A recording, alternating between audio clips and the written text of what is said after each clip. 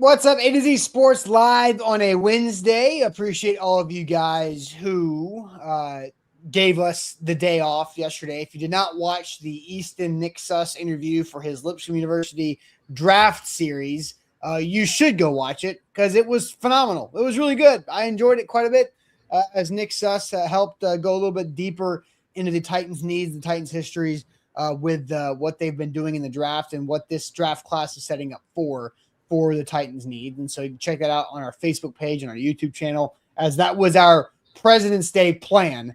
But then we went and broke the logo news over the weekend. So we had to swap Monday live for logo reaction, Tuesday for that pre-recorded video because it was really good. So here, JT and I are discussing a topic that sounds wild. It is kind of wild, but not as crazy as you might think. As Esco says, let's not talk about Tua. Tiffany asks, are we live? Yes. Somebody says, this better include their first-round draft pick. It could. Jeff says, this topic, ha, ha, ha, laughing emojis. Guys, this is actually the NBA does stuff like this. And the NFL has done something like this once before. And Euler Hillbilly says, wacky scenario Wednesday, which could be a theme for the offseason if we want to. Guys, the Titans could trade for Tua and get the draft picks from the Dolphins. Like, you're not trading for the quarterback Tua Tagovailoa. You are trading for Tua to buy draft picks for the Dolphins. So we will go through all of this. So don't freak out. Tua could be a backup and would be probably the best backup that you'd have out there. And and Bork says, it's an interesting thought exercise. Open your mind. Exactly. And Matt Harmon tweeted this from Yahoo a few days ago. So it is a wild exercise, but something that I think the Titans could do. So we're going to talk through it, and we're going to ask you guys what package of draft picks would it take from the Dolphins to also take on Tua's salary and cap hit.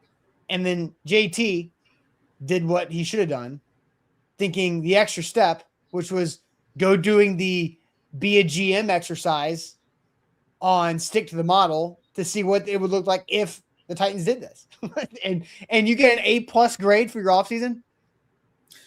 Well, stick it to the model gave me an A for the entirety of the offseason. Right. And then when I sent it to some of my friends, including Zach Lyons over at 104.5 The Zone, he called it, quote, an A+ offseason, but he felt sorry for me because it's a colossal waste of time, which I think is funny. However, we're going to get into it today. Going to be a lot of fun. We'll get to that eventually. We'll get to some other draft topics and whatnot, but open your minds. Like, come on, people. Let's see. Jeff says this smells like an Easton idea. Actually, Easton is more on the top on your guys' train of thinking for once today, and he was like, he doesn't even want anything to do with the show. Let's have a little bit of fun. Are we adverse to having fun? It sounds like we are, but let's go have a little bit of fun. Let's have a little bit of whimsy. Let's have a little bit of a philosophical talk about how the Titans could potentially go one avenue of getting a backup quarterback for Cam Ward, getting some draft picks, and using this cap to successfully build themselves for the future. Let's have some fun this morning. I don't know about you, Austin. I'm ready to have some fun this morning. And if you guys are as well, hit that like button, hit the subscribe. If you're watching on Facebook, we appreciate you guys over there. Hit that like button, like the page, share the show with a friend. Jacob says he's too old for fun. Well, that sounds just like a skill issue then that way. Either way. Austin, let's get this thing going. The episode officially welcome to A to Z Sports here live on a Wednesday. I'm Austin Stanley. He's JT Runke. We are Nashville's on-demand sports talk network, going live weekday mornings at 8:10 Central Time. A little bit of computer issues from JT, which JT gets a pass this morning because it's the first time I think his computer situation has ever slowed down the show, where me and Easton have definitely been culprits of that before. But JT, everybody gets one. I blame Xfinity. You were due, right? You were due for that. But no, we got to make sure that we go You guys hit that like button on the Facebook and YouTube. We go live also on Twitch. Links tweeted out segment by segment on our Twitter X timeline. You can follow us there at A to Z Sports. Also, content for more great Titans coverage is on Instagram, TikTok, and Threads. We're dropping that link in there to follow us on Google for the Google preferred source link right there. So follow us on Google. So when you're researching and Googling Titans offseason, Titans free agency, Titans mock drafts, you can see A to Z Sports content show up first right there for your Google preferred source. Also, got to thank our sponsors who can make it happen for us, and they help out all of you as well. Bone and Joint Institute, the region's destination for comprehensive orthopedic and sports medicine care. boneandjointtn.org. Barton Drury Insurance Group, customized solutions for all of your insurance needs, local and online at bartondrury.com. And Window Nation, take advantage of February's great deal. Buy 4 windows, get 4 windows free, plus an extra 10% off the top of that at windownation.com. So, I see Patricia says A to Z was clearly bored yesterday to write that nonsense about Tua coming here. Well, we're talking about it now. So maybe we're doubly bored, or maybe it's February 18th, or maybe we're trying to have fun and you guys are being curmudgeons and just being the actually people. Well, actually, this isn't the craziest thing in the world. The Titans have the most cap space of anybody, and Matt Harmon started this. So if you want to blame somebody, blame Matt Harmon of Yahoo Sports. But he tweets this out. The Titans are the team that should call the Dolphins and, quote, buy a draft pick by taking on the Tua contract. Stupid amount of cap space to take on the deal, and he just becomes a non-threatening backup to Cam Ward. And then because some Titans fans were just so angry at the idea. It sounds like this entire chat was yes in Matt Harmon's replies. Right. And so he then said, figured Titans fans would universally like the probably pipe dream idea of getting a draft pick at the mere cost of cap space you'll never use and having a quarterback on the roster that you'll never play, but alas. And so that is so I think a lot of people see trade for Tua and think you are giving things up. No, you are gaining everything. Yes. The only thing you're giving up is cap space. And it is a lot of cap space. But as Matt Harmon says, cap space that you're probably not going to use. And so, Justin says, this won't happen. I would say 85% of the things that we talk about from now until the draft will not happen. But that doesn't mean that you don't talk about it. That doesn't mean that it's not a conversation or a topic or a discussion to have. So this is where we're going to go here. So Brock Osweiler, if you remember this, the Texans had a ridiculously bad contract with Brock Osweiler back in 2017. They traded him to the Cleveland Browns, where the Browns gained draft picks to take on the $16 million cap hit of Brock Osweiler. Now, this is about Brock Osweiler was 11% of the salary cap at that point. Tua's contract would be 18% of this cap hit for the salary cap here. So here's what happened with Brock Osweiler. The Browns received Brock Osweiler in a 2nd-round draft pick and a 6th-round draft pick. The Texans get back a 4th-round draft pick, a compensatory pick. So not even the Texans' own 4th. And the Browns absorbed that guaranteed base salary for 2017. It is a dump contract. This is an NBA-style salary cap dump. The Browns bought the draft picks from the Texans for the Brock Osweiler situation. Now, on the right is the 2026 trade cap hit. So the Titans would take on $39 million of base salary, guaranteed for this year. And the cap hit would be $54 million for this season.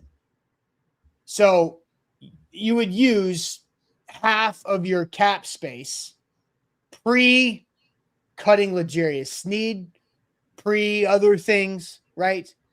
So you would be using a lot of cap space to get Tua for a lot of draft picks. Because if you're talking about a 2nd-round pick is what the Browns got for Osweiler, you're going to get some good stuff if you do this. And that's not even considering the fact that when they did that, they sent off a 2nd-round pick to clear up just $16 million worth of cap space that year. This would be essentially taking up the entirety of the Dolphins cap woes. Like we're talking about a potential move where the Dolphins are essentially trading Tua and potentially a second or 2/3 or something even more than that to go and get out of cap hell.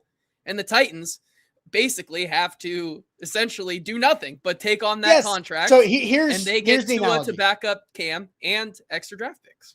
The Dolphins are stuck on the train tracks, and the salary cap monster train is coming down the tracks and is about to run over the Dolphins. And because they have the NFL record for the most dead cap right now going into the season.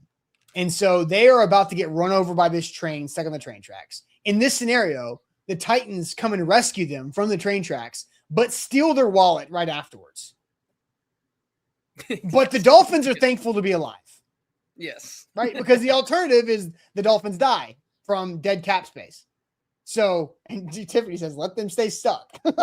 Or, because here's why would the Dolphins do this? Because they really need to be able to field a roster this year to allow them to set themselves up for the future. They have a new GM, new head coach tandem that came down from Green Bay to Miami. And nobody's going to want Tua. Nate's Burner says the Colts will take Tua. The Colts don't want to do that. That would be dumb. The Titans don't want to play Tua. The Titans have the most cap space in the NFL by a wide margin and can even make that even larger by cutting L'Jarius Sneed. That would make it like, I think cutting Sneed saves another $11-12 million. We did that last week. And so based on our exercise from last week, the Titans have plenty of money to do this. Yes. Because if Mike Borgonzi wants to stay disciplined, and the big word that I hear coming out of that building when I had the off-the-record luncheon with the Titans is the Titans have a plan, and now they have to stay disciplined to the plan. The Titans have cap space. By league rules, you have to spend 90% of your cap floor over a 3-year period. The Titans want to be a draft and develop franchise. Now, we talked about this over the last few weeks. How does Mike Borgonzi stay disciplined to the draft and develop and not go full Rand Carthon throwing $240 million of new contracts at players that won't live up to him in free agency when you have to spend that 90% floor? This is a cheat code for the Titans to hit that 90% floor, but also to not go ridiculously bonkers in free agency and make bad decisions. And now you're gaining valuable draft capital to continue your draft and develop situation. But obviously, you have to have the right amount of draft package from the Dolphins to make this make sense. So, I think that's the situation, right? So it's $56 million for this year the Titans would take on, which is half or slightly below half of their cap space. But when you sign a player, JT, can you go look up Dan Moore's cap hit in 2025 season? Yeah. Because Eric says Austin and JT are idiots. I appreciate you thinking we're idiots. But we're not idiots. We're just doing an exercise and talking through what the reality of this potential exercise is. And Gerald says, I can't listen to this. So don't. Then go do something else with your day. Like, that's fine. But the Titans signed Dan Moore to a 4-year, $84 million. He was making $20 million plus a year. Yeah, his cap hit last year was $25 million. This Dan year Moore's? it's 26. Yes. Dan Moore's? Yes. Left tackle Dan Moore. Okay. Yes. According to Spotrac, so they did not doctor up his cap hit probably on purpose. No, because it is technically his cap number last year was 10.8. Sorry, yes. Looking at this year, it's 26 because it is essentially a $36 million deal that is that they can get out of after next year. So my point being, Dan Moore got a big time contract last year on average of $22 million, but his cap hit last year was just 10.8. So the Titans can still go sign somebody like Wan'Dale Robinson that you guys want, and for $24 million, but his cap hits 11. So that's how you're signing a free agency class that's valuable, but still using Tua's contract to not overdo it. Does that make sense to the audience? I think it does. I definitely think it does. And here's some comments I want to get to before. I mean, we can ask questions. I feel like we already know the answers to those questions, and the chat is getting very involved this morning. So we appreciate you guys getting involved this morning. John says, so dumb. Not only are you taking on Tua's salary and bonuses, you have to include the pick salary and bonuses. That pick better be worth it. It absolutely makes no sense. John, sounding like you're sending picks back to the Dolphins for Tua, which is just incorrect. As we saw with the Brock Osweiler trade, you are essentially taking on Tua Tagovailoa's $54 million cap hit, which is half of the salary cap that you have available before you make cuts, before you restructure Jeff Simmons, before you cut some other players to save money. And you get at least 2 top 100 draft picks in a 3-year span of what Mike Borgonzi wants to have 12 top 100 draft picks is what his goal still is. And you get a viable backup that it sounds like people are screaming and crying bloody murder in the chat here for Tua Tagovailoa. Like, no, he's one hit away from a concussion, which I can't believe we have so many orthopedic surgeons and concussion doctors and brain doctors here in the chat this morning talking about how close Tua is to retirement. But it also sounds like we're talking about Tua Tagovailoa starting from the chat. It's like Tua Tagovailoa is not going to start at all. It sounds like people are already thinking Cam Ward is going to be hurt. He's all going right, to. So this is going let's to just lead for to everybody Tua playing. It's not. Yeah. People are jumping in, throughout different times of the conversation and wondering what the hell are you guys talking about. Matt Harmon threw this out there of Yahoo. The Titans are the team that should call the Dolphins and buy draft picks by taking on Tua's contract, stupid amount of cap space to take on a deal, and he becomes a non-threatening backup to Cam Ward. He continues, figured Titans fans would universally like the idea, probably a pipe dream idea, of getting draft pick at the mere cost of cap space you'll never use and having a quarterback on the roster you'll never play. So again, Tua is not like the Browns cut Brock Osweiler before the season. Yes. Like the Titans don't have to even roster Tua. You are literally saving the Dolphins off of the train tracks and then stealing their wallet afterwards. So correct. Now that if that's how I put it, and knowing that the Browns gained a second-round pick for the Brock Osweiler trade,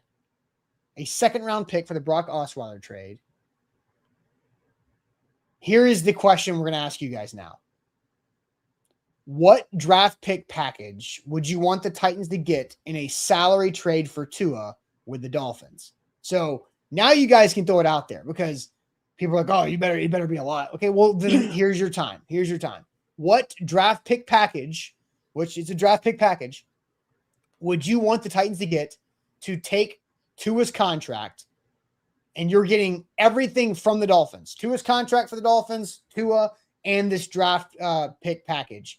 What would you want that to be for the Titans to do it? It would take half of their current cap space, but they can still sign free agents and still gain draft capital to stick to Mike Borgonzi's draft and develop philosophy. So what draft pick package would it take for you to be okay with this and want the idea of taking on Tua's salary for a bunch of draft picks from the Miami Dolphins? We'll do that. But let me tell you guys about Window Nation. WindowNation.com is where to go for February. It's buy 4 windows, get 4 windows for free, and an extra 10% off the top of this at WindowNation.com. You get a free estimate to have Roy in Middle Tennessee come out to your home at Window Nation and make sure that he can show you what their windows can do for you, how they can improve your home, and really what they can do for your bills, what they can do for the value of your home, and just the quality of life inside your home. And I can speak to this because my wife and I had When the Nation come out back in the fall, had our windows installed right before Thanksgiving,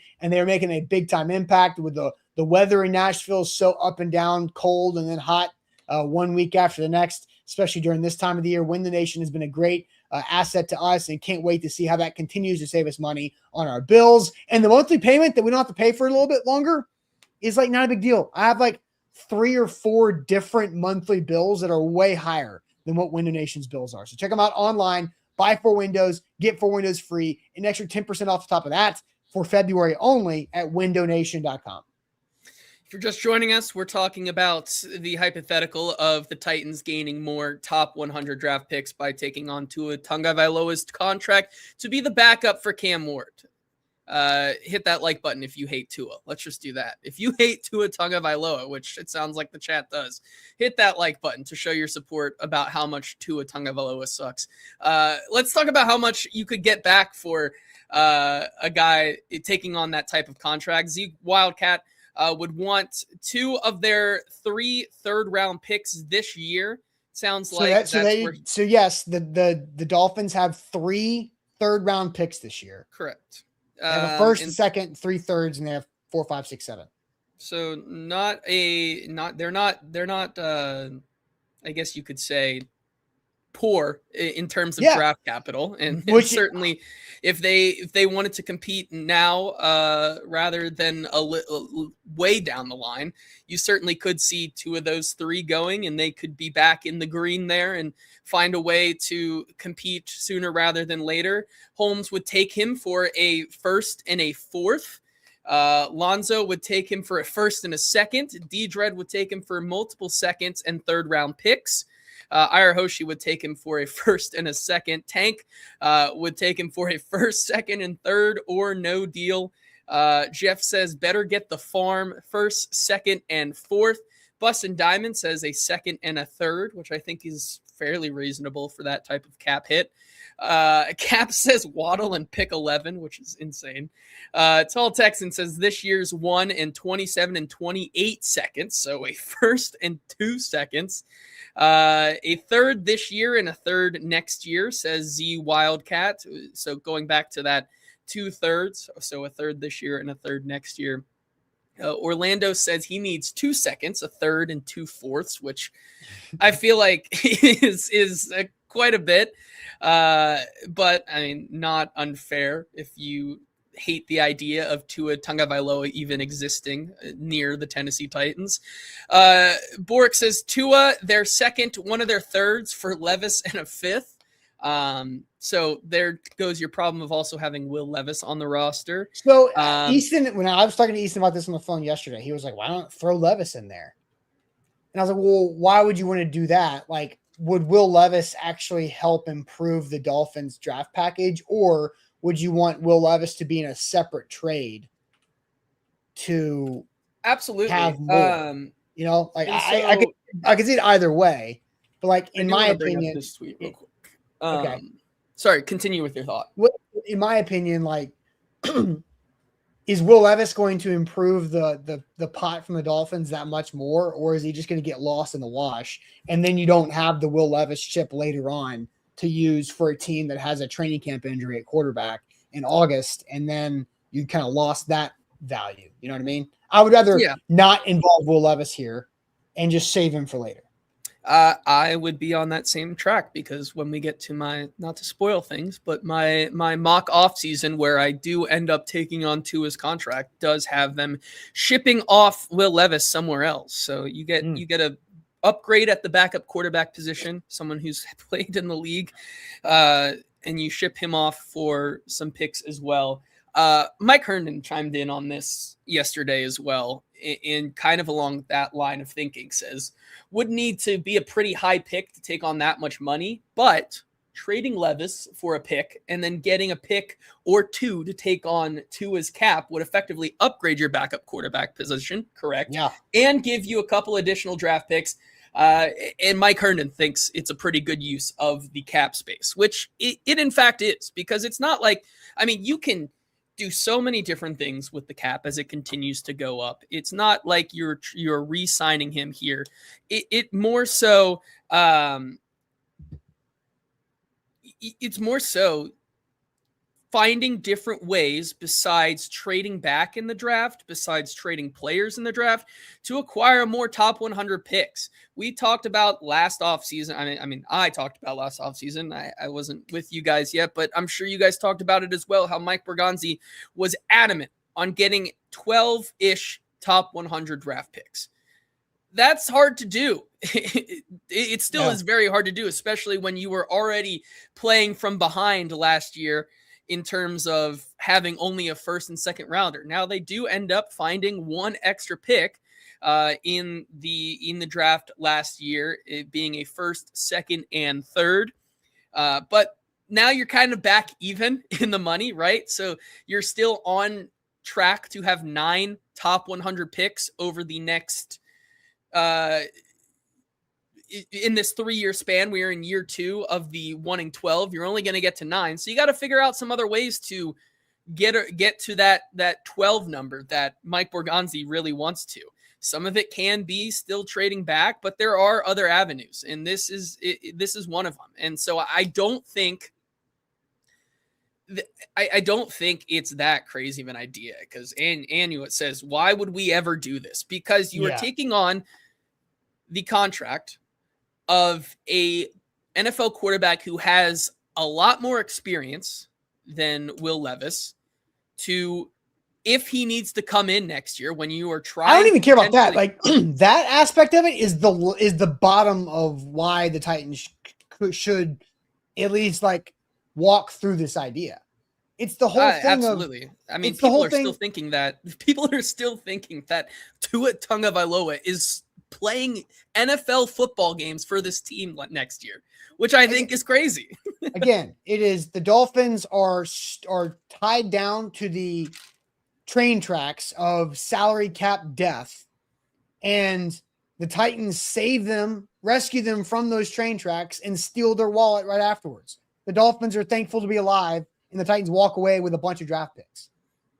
And you're, again, so if the Titans will cut L'Jarius Sneed, so that will make their $100 million of cap space go up to like 112, right? We're speaking in variables here, right? It slides here and there. Tua would count $56 million on the cap. They need 11 for the draft class. So now you're talking about having 42 plus $1 million of free agency money to spend. And Dan Moore, their largest free agent signing of last year, only counted for 10.8 last year on the cap.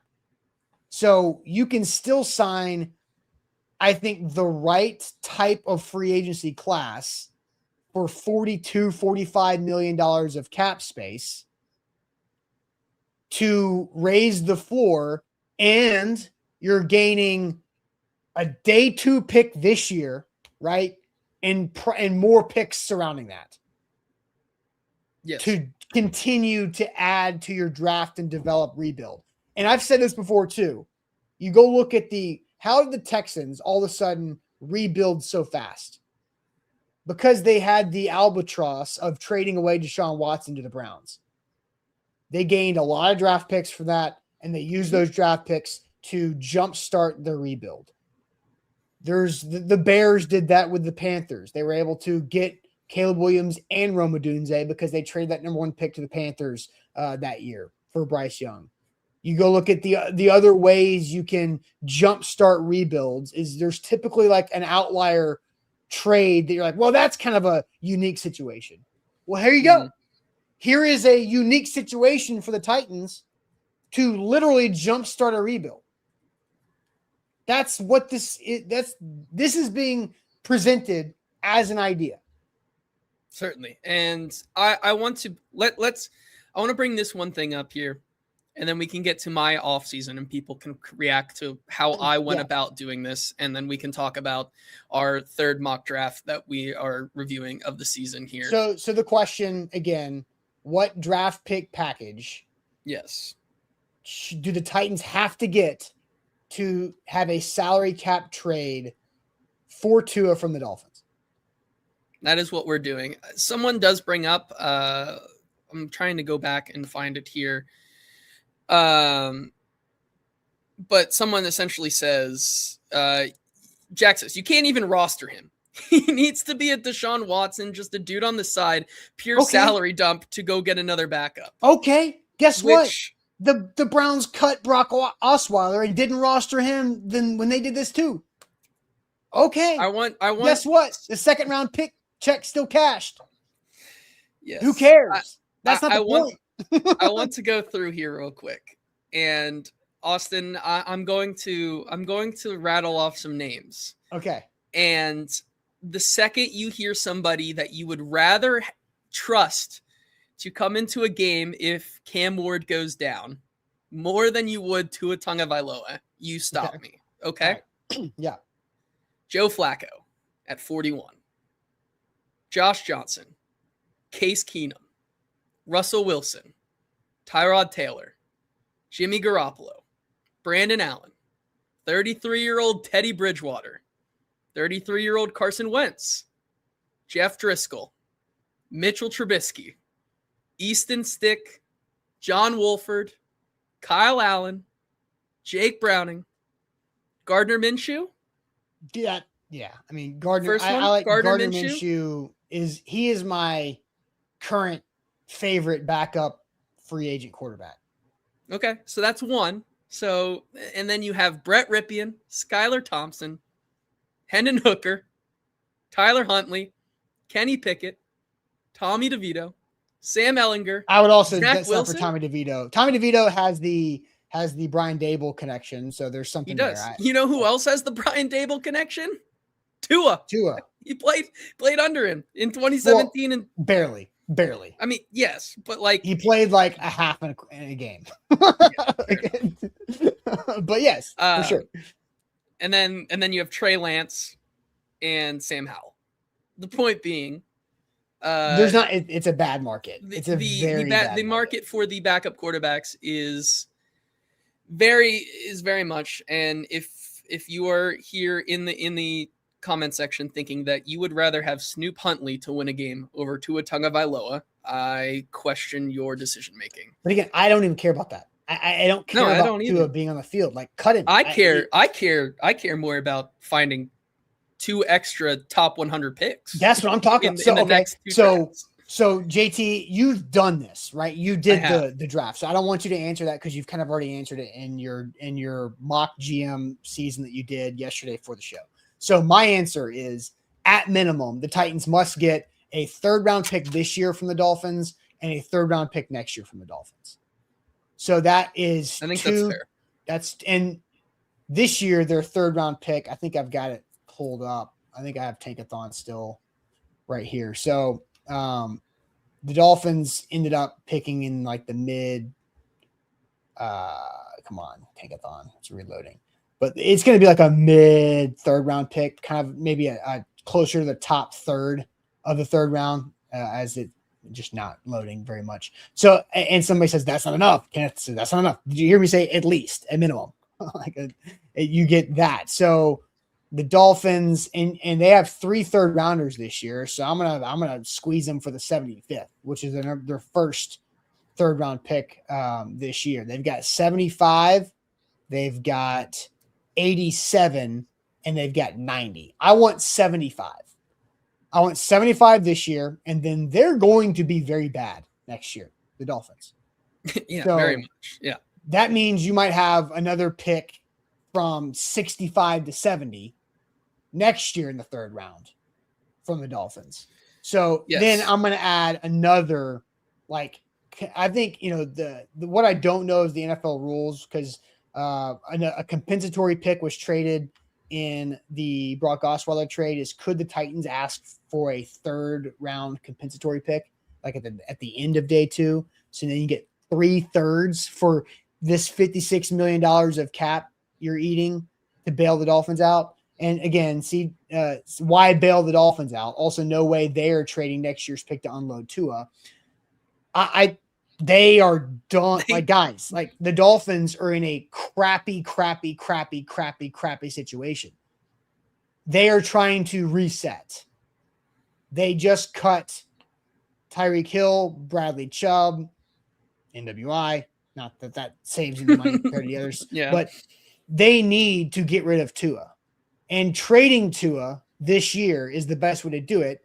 And I think it helps the fact that they have 3 third-round picks this year. So they're not sacrificing their future as much as they possibly could. They could trade 2 third-round picks and still have 3 top 100 picks and get Tua off the books. Like, you could essentially somehow get both 2 of the 3 top 100 picks there. So I don't hate the idea. Once again, I do want to just bring. What if? I appreciate. How about this? How about this? How about I take it a step further? How about I say a third round, the 75th pick this year, a third round pick in 27, and a second round pick in 28. You taking that? Yeah. Because as of right now, you can trade up to 3 drafts ahead of time. Would you take a third, and then a second in the next 3 drafts from the Dolphins? I would. Because here's why I like to spread it out, is because the Titans also want to spread this out, right? Like they don't want to have I don't think the Titans want 3 third-round draft picks this year. They'd be like, why? No, we would want the 27 draft is going to be especially in this class. I'm with you. Yeah. So I'm taking a third this year, a third in 27, and a second round pick in 2028. Because the Dolphins are saying, you know what? We're gonna suck so bad. We're gonna get Arch Manning next year, and then in 2028, that second round pick that's going to Tennessee won't be 35 to 40. Maybe it's if I'm Titans, I'm saying it will, but I'm in on that. A couple other questions here and some super chats, and then we'll get to my version of this. Yeah. Real quick. Daniel says, was one. Okay. Sorry. 1 year this year. That's it. Second of all, Darren says 56 mil for damaged goods to sit on the pine. First of all, like I just said, it's not like the options out there are better. Also, do you want to people are continuing this narrative that Tua is one hit away from being medically pronounced dead? Apparently, he could be. He took 30 sacks last year and was fine. Like, what are we talking about here? Well, the damage has been done, JT, is what people say. Okay. Chris says, no, I'm staying with Ward. Chris, we know. Yes, the Titans are staying with Cam Ward. And then some super chats as well. Let's get to those here. Kick It to the King says, we seriously should consider Tua if they send us 2 seconds. 2 seconds?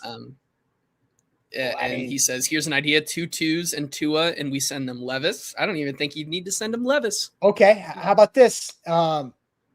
2 twos, that would be 43 this year, and then they're 2 next year. Yeah. See, that's where I don't think the Dolphins would do it. No.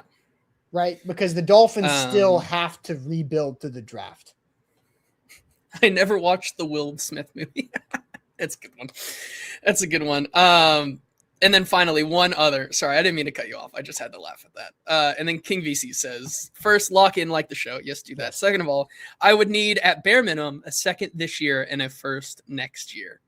I think that's a little rich. Yeah, the Dolphins are doing this for that one. The Dolphins are literally doing this to draft the quarterback next year. And so they're not going to give up that first round next year. Why are we doing this? To reiterate once more, you would be doing this to not only upgrade your backup quarterback position, but more importantly, use your cap space effectively instead of trading back in a draft to get this top 100 draft capital. You would also be essentially getting it for free.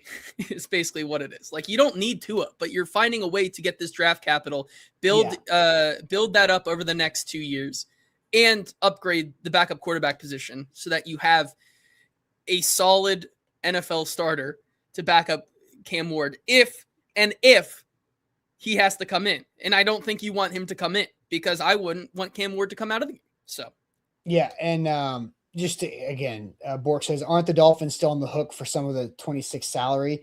they're on the hook for the cap hit. So right now, if they cut Tua, it's $99 million of dead cap. And so if they cut Tua, then they're cutting that in more than half for their cap. So that allows them to go roster a team for this year to kind of get that off their books so they can rebuild. Jared says, so why waste $56 million for what? I'm saying for three top 100 draft picks, for 2/3 and a second over the next 3 drafts. And Trevor asked, so would Tua want to be a backup? Tua don't have a choice, guys. He is a backup. He got benched for Quinn Ewers at the end of the year. Yes. So that's what it is. So all right, JT, you did this. You went through the stick to the model GM tool that we used live on the show last week, and you did a trade for Tua Titans offseason that got an A+ grade. So I cannot wait for you to tell us and walk through all this, because I have not seen it. But first, tell us about the Bone and Joint Institute. The Bone and Joint Institute, the region's destination for comprehensive orthopedics and sports medicine. Whenever you get hurt in life, you have to know who to trust. And that's why we trust the Bone and Joint Institute. Just a quick trip down I-65 near Franklin to that big giant building on the hill right there, as Easton calls it, a castle on the hill. It's the most modern castle I've ever seen. It is. That is true. But they have over a dozen specialists who can help you through any type of injury, and they can do everything under one roof for your convenience, whether that is the clinic, testing, imaging, surgery, rehab. They have it all in that state-of-the-art rehab facility on campus. To schedule your appointment there or at one of their satellite campuses, go to boneandjointtn.org. Make sure you hit that like button, like the show if you have not. Even if you hate this topic, still like the show. Also, if you haven't subscribed, if you haven't subscribed to our YouTube channel yet, do that, because the numbers, the analytics tell us that more people watch that are not subscribed to our YouTube channel, which is also for free. It's just the follow button. So please hit that subscribe button on YouTube for us as well. All right, JT, you actually did an A+ Titans mock off season where they traded for Tua. So I am fascinated to see what this looks like. So go ahead. The floor is yours. Okay. Well, first of all, C. Sadler says BGI can save Tua after he gets sacked next year. There you go. Exactly. Yes. But okay. Before I show the screen, I will go through what I did this offseason. So in order to get Tua, I traded this year's 7th round pick to the Miami Dolphins for Tua, 75 this year, and a 3rd next year. Okay. So Tua, 2/3, including their number 1 3rd this year, a 3rd next year. You probably had to add something in the Titans box to actually have it work. Yeah. I mean, I could have thrown in a 2027 7th. Who cares? The point is, I got 2/3. Something had to be there for the model for to nothing. work. Yeah. So that did put a dent in my cap, but I was able to maneuver it essentially to where I think, in the words of Zach Lyons from 104.5 The Zone, who is very much on the same train of you guys in this chat, thinking that this was a stellar offseason, even if it is unreasonable. Basically, I was able to take Tua, I think fill all the needs of the Titans for next season, and also still have about $15 million worth of cap space. So that, obviously that also would probably go down to like $4 million once you do the draft class here. But without further ado, here's what I did. So you see up there, you have Cam Ward and Tua. Some of the other cuts I made, I of course cut L'Jarius Sneed. I cut Tony Pollard because that saved $8 million as well towards the cap.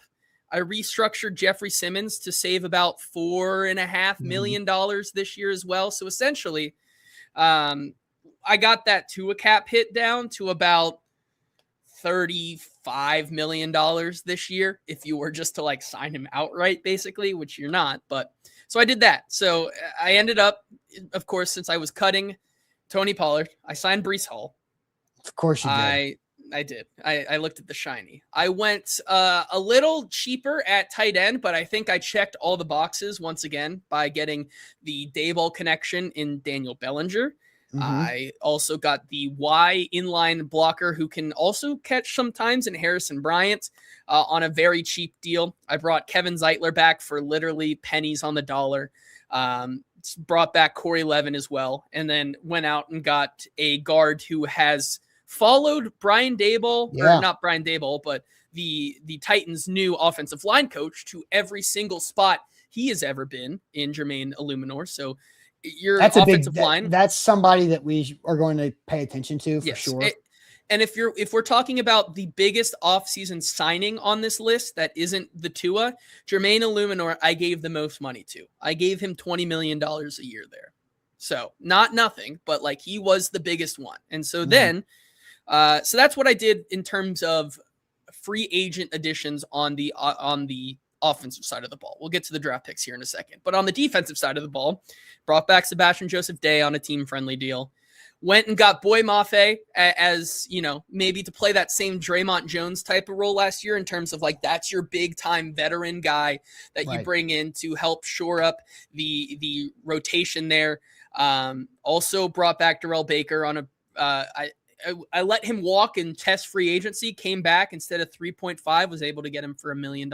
So, which I think is pretty fair. Then the big cornerback acquisition I did was Joshua Williams, who we talked about as a potential fit, brought him in for $10 million. Got Starling Thomas, who's a guy, just one of my guys who I think could play nickel. So those, not as much free agent acquisitions on the defensive side of the ball, but looking at this, you kind of have pretty good starting caliber players, but that's where it gets into the real big part of it, which is the draft. And so with the 4th overall pick, David Bailey's there. I'm taking David Bailey. In the 2nd round, there were some opportunities to trade back, but I didn't like how the board fell. So I end up just taking Chris Brazzell to be that wide receiver 2 / de facto wide receiver 1 eventually if Calvin Ridley goes down. So that absolutely shores up your wide receiver room, adds another dynamic piece there, a guy who can stretch the field. And then in the 3rd, I doubled up on corners. I took Julian Neal out of Arkansas, Malik Muhammad out of Texas. Those are your starters of the future, right? Those are the starters of the future who I think can sit behind or at least rotate in with Darrell Baker right now. No, I think one of them beats out Darrell Baker in training camp, right? Absolutely. But at the very worst, you're rotating those guys in. Joshua Williams is your other guy there. And there are other players on this draft. I just on this board. I mean, you have like the Truman Joneses of the world. Like this isn't the whole thing, but just as many as I could fit onto this here. And so then I ended up in the 4th and 5th rounds. I took Keelan Rutledge, Harold Perkins, and Jalen Farmer. So you get some more offensive line depth there, help build up that room for the future. And then finally, I get another wide receiver later on in the draft in Bryce Lance there. I also took I know he's not on this graphic because I didn't really have him anywhere to put him, but I also, with the final pick, I took the running back out of Virginia. So that is my offseason. And you end up still having about $4 to $5 million worth of cap space. But you see kind of how that extra 3rd round pick would really come in handy. And I could have even gotten more 3rd round pick at top 100 capital if I would to trade back in the 2nd round here. But this is what I did with this, that Zach Lyons, and Easton and a couple other people from 104.5 The Zone, Stoney Keeley as well, said this is an awesome offseason that they are not wasting their time with, because they're much like you guys in the chat. Well, I think this is legit. This is an example of how the Titans can stick to their plan, draft and develop, and not go crazy in free agency, but sign veterans that can help raise the floor in free agency. Somebody says that one of those rookie corners has to start day one. And when you're looking at this depth chart, I don't know how the stick to the model does the depth chart based on free agents versus draft picks and who goes in the starting. Like we don't have any control over the depth chart organization. Right? I manually edited this. Did you? Okay. Yes. I think Muhammad or Neal has a chance to start over Baker at corner day one. I think you're looking at. I also did trade Levis. Sorry, I did trade Levis for an extra fifth. So, yeah. Okay, that's fair. Because I just saw a comment that said, "Where's Levis?" I did trade Levis. Sorry. So I did take that. I did take that sort of thinking of you trade Levis for a pick, upgrade the backup quarterback room. But yeah. Yeah. So look, I think this is a solid free agency haul with a draft class that you can build on.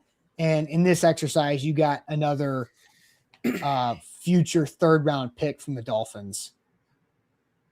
Yeah, and there's another one for next year. So yeah, that's what I'm saying. So I think it's a good solid way to build to the draft, and you have Tua take up draft capital and salary cap space this year, and then you wipe your hands clean of it after this year, and you move on and you hit your 90% floor, and then you have draft capital and cap space next year to continue to build. So I think it's a really solid offseason. Everyone is in their feelings, Chris. I do see that. And this is fun. I do like Lonzo. Why would you trade for a player that's had multiple concussions? I mean, it's a part of the plan. Like I get people are in and out of here at different times of the show, but if you buy, in my opinion, you can buy 3 top 100 draft picks for Tua's contract. I'm saying a 3rd this year, a 3rd next year, and a 2nd rounder in 2028. I would take Tua's contract for that. Hell yeah. I like having fun, so I'm with it. And you still had plenty of money to do stuff with. No, yeah, absolutely. I mean, like, listen, restructuring Jeffrey Simmons, cutting L'Jarius Sneed, and I mean other players, but like I mean Tony Pollard as well, essentially took that cap hit from, like, if we want to go Tua for the restructuring that you can already do on this team, like let's say you just, before you do anything else, you get Tua on this team, and then you have restructure Jeff to add on those years, cut Sneed, cut someone else like a Pollard. That is essentially you're taking that $56 million or whatever. In reality, it probably, with some of the things, it moves towards like that 50-ish mark. You're essentially only having to pay $25 million for Tua. You're only losing $25-30 million of cap space. Yes. By gaining Tua and making those cuts, because the Titans are going to make cuts that save cap space. And I do think that Jeffrey Simmons will be extended, which will save cap space this year. So, the Titans can grow their cap space and then they would shrink it, but not by $56 million or not by half of their 104 by doing Tua's 56 cap hit, right? So anyway, I do think we've exhausted this as much as we can. So let's go ahead and we should do this. We should do this again. Yeah, I had fun. So there is a new mock draft. Let's do it with CJ. Let's do it with CJ Stroud next. Huh? Oh God, how about that? Well, no. So there's a new mock draft out there that has a new edge rusher scenario that affects the Titans, and this is a mock drafter who mocks with his ears. He mocks with his ears, which is what he's hearing. And this was a pretty interesting mock for the Titans to be in a situation here. But first, let me tell you guys about Barton Drury Insurance Group, customized solutions for all of your insurance needs, local to the mid-state area and also online at bartondrury.com. They can help you out quite a bit with whatever that insurance need is, if it's personal, home, auto, rental, boat, or if it's your health coverage for your family, for yourself individually, dental and vision included there too if you need it. And also if you're a business, if you work for your company's HR department. You're trying to find ways to help your company save in the margins. Barton Drury Insurance Group can be that partner for you, just like they are for A to Z Sports with our workers' comp policy, also with our health coverage for our employees that includes that dental and vision option too. Online and local, bartondrury.com. Hit that like button once again. Like the show if you hate Tua Tagovailoa. It should be everybody watching should be liking this show. Hit that like button. Make sure you subscribe so you don't miss out on any of the content we're bringing you this off season, including yesterday's video, Easton's second interview in his draft interview series. Is a good one with Nick Suss. So if you missed out on that, make sure you're subscribed so you don't miss out on those videos. All right, so Daniel Jeremiah is he NFL Network's number one mock draft guy? Would you say that? Yes. Yeah, he's probably the guy they prop up the most. I like his over Bucky Brooks or anybody else, so I'll say yes. Well, DJ and Bucky Brooks do a podcast, so they're kind of like 1A, 1B, but I do think Daniel Jeremiah probably gets marketed as the top NFL Network mock draft guy. So he is somebody who mocks with his ears, big boards with his eyes. So his big board rankings are based on his opinion of the players, and the mock drafts are based on what he's hearing around the league.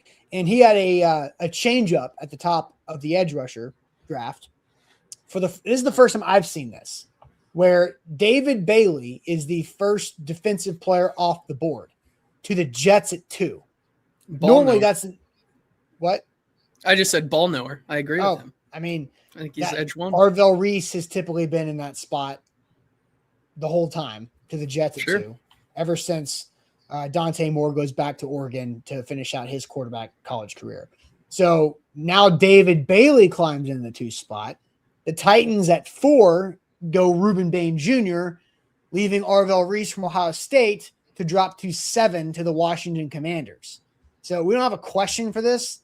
It's just more of a, now we've always been doing this Bain versus Bailey thing because we've assumed and operated like Arvell Reese was not going to be available at 4.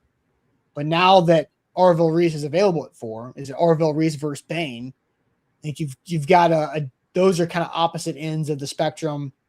If you're talking about like different types of edge players, David Bailey is kind of like that middle porridge, the just right temperature, the regular can probably fit everybody. David Bailey, he can probably fit everybody's scheme.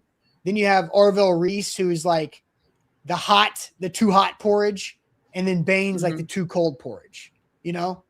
So I find that interesting. If you don't have David Bailey, are the Titans liking Arvell Reese or Bain?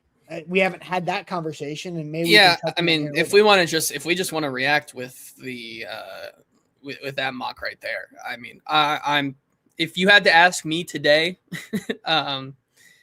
if David Bailey goes 2 and it's Bain versus Reese, I personally would be Arvell Reese. I think I'm out. I mean, this is still very, very much a close.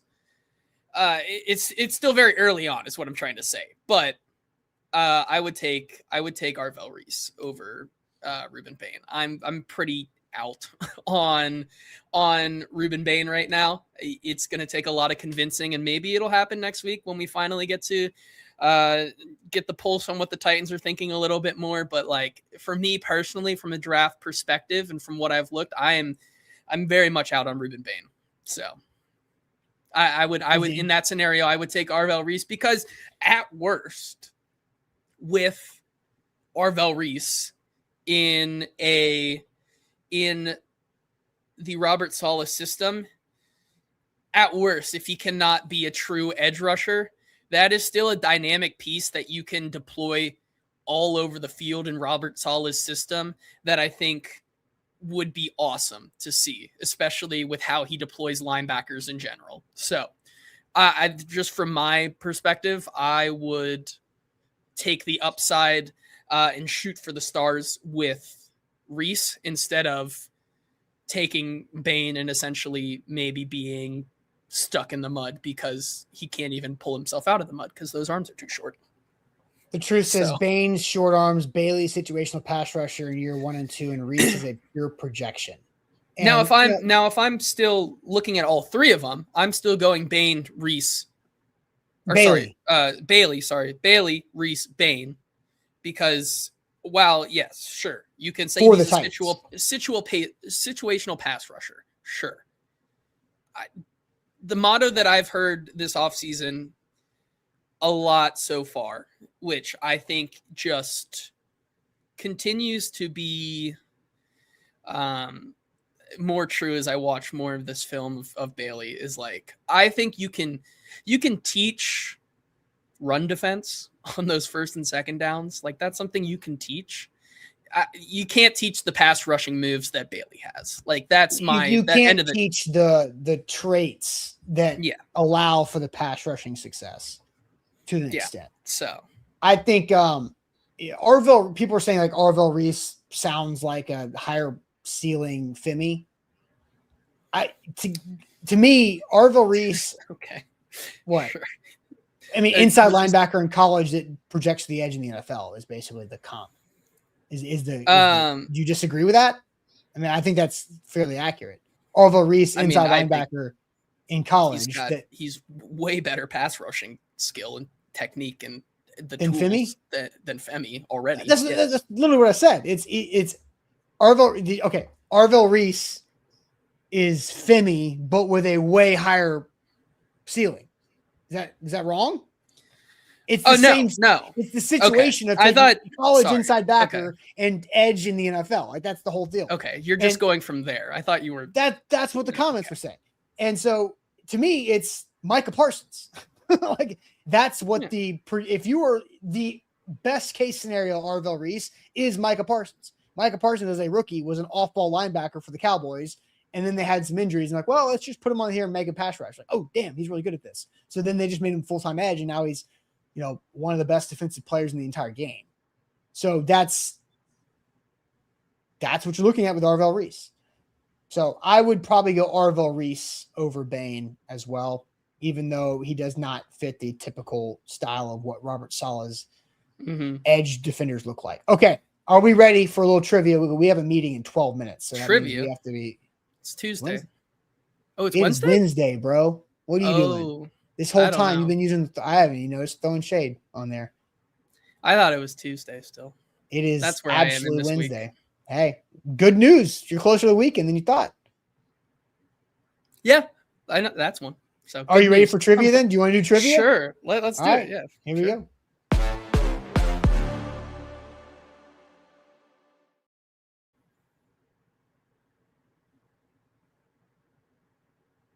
My computer's being really weird, so I didn't even see the transition in any of that. So anyway, all right, time for some trivia. JT, I am sharing my screen now. Based off of that transition, it might take 5 years to share my screen. Yeah, that was kind of crazy. Shout out. Let's see. Shout out. Who is this in the comment section? Who said? Oh, we already did that. I was gonna do. I thought we still had a. Super chat, but no. Okay. No, we don't. All right. Ready? Yeah. Hold on. The comments were hidden from me for a second, so hold on. Okay. Trivia time. Chain restaurants, MLB soccer might be tough. Okay. Here we go. NFL. Catching 86 passes for 914 yards, his tight end was a Pro Bowler in the 22 season. TJ Hawkinson. Yeah. Come on. All right, there we go. Science. Used during World War I, mustard gas is a dangerous chemical agent composed of various atom amounts of carbon, chlorine, hydrogen, and this element that begins with an S. Sulfur?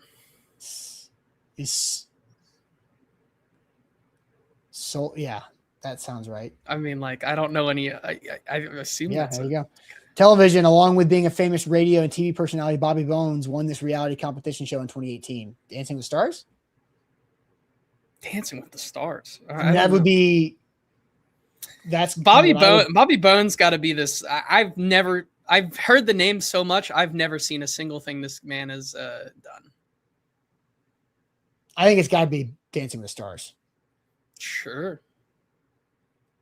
But the chat is still. Bussin' Diamonds says yes. So I don't think I've ever watched a single episode of Dancing with the Stars. Neither have I. What is this? Movies. Robert Hayes, Leslie Nielsen, Kareem Abdul-Jabbar, and Julie Haggerty starred in this 1980 comedy that parodied other films. This is Naked Gun. Yeah, that makes sense. I don't know. It's got to be the first one. I would assume. I'm waiting. Airplane? Airplane. Oh, yeah. No, that makes more sense. Okay. All right. Good call, chat. Music. I never thought I'd be in love like this. When I look at you, my mind goes on a trip. 09 Carrie Hilson song. No idea who Carrie Hilson is. I don't know who Carrie Hilson is either. I never thought I'd be in love like this. When I look at you, my mind goes on a trip. No clue. Come on, chat. Come on, chat. Still answering Airplane. Yeah. Knock You Down? Sure.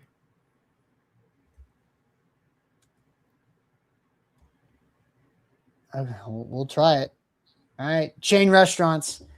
What sit-down chain currently sells the OM cheeseburger, an all-beef burger cut in half and served in a sizzling hot skillet with molten queso and cheddar cheese? I think it's Applebee's because I have such a bone to pick with Applebee's. Yeah, If I'm throwing shade, why are we? What is this new trend? We're throwing. Hey, shut up. We're trying to go fast.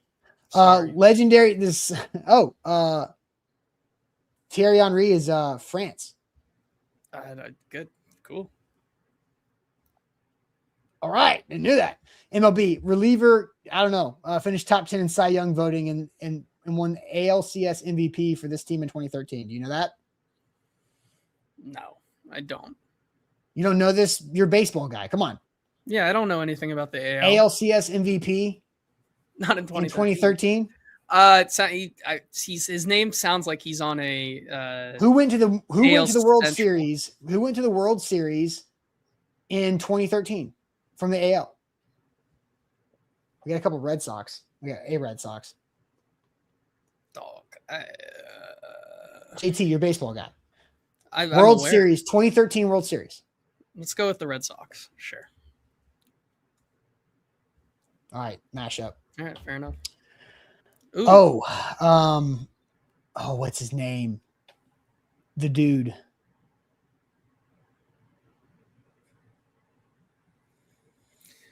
I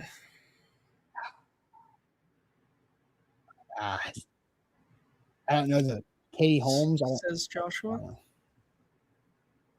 Sure.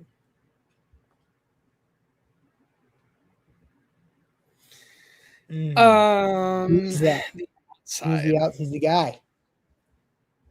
We're getting here. Jeff Bridges? That's what I was thinking. Jeff Bridges? I mean, Gary Oldman? Long hair Gary Oldman? I think Jeff Bridges. It's either Jeff Bridges or it's. Dang it, we're wrong. What we were wrong with? Okay, let's go Gary Oldman. We're wrong with So Katie Holmes and Gary Oldman. There's no way it's Gary Oldman. Oh, it was. Wow. Okay. Well, that was tough. Those were tough, man. Yeah. Okay. That is it for us on this Wednesday, JT. Wednesday. Make sure you hit that like button. Tomorrow is Thursday. So that's good because we're that much closer to another weekend, that much closer to the NFL Combine. Like the show, subscribe to our channels as well, and we'll see you guys tomorrow on a Thursday morning. Buck Rising Live back again for primetime tonight. See you later. Appreciate it.